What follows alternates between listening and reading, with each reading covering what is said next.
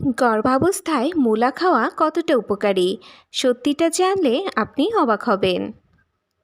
উপকারিতা: ১. হজম শক্তি বাড়ায়। মূলার ফাইবার কোষ্ঠকাঠিন্য কমায়, যা প্রেগন্যান্সির কমন সমস্যা দূর করে। ২. রোগ প্রতিরোধ ক্ষমতা বাড়ায়। মূলায় থাকা ভিটামিন সি মা ও শিশুর ইমিউনিটি শক্তিশালী করে।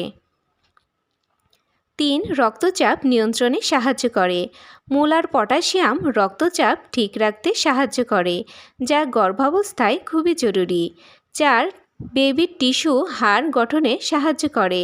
মূলায় আছে ক্যালসিয়াম ফোলেট, যা বাচ্চার বৃদ্ধি ও বিকাশে প্রয়োজন। ৫. পানি শূন্যতা রোধ করে। মূলায় ৯০%-এর বেশি পানি শরীর হাইড্রেট রাখে।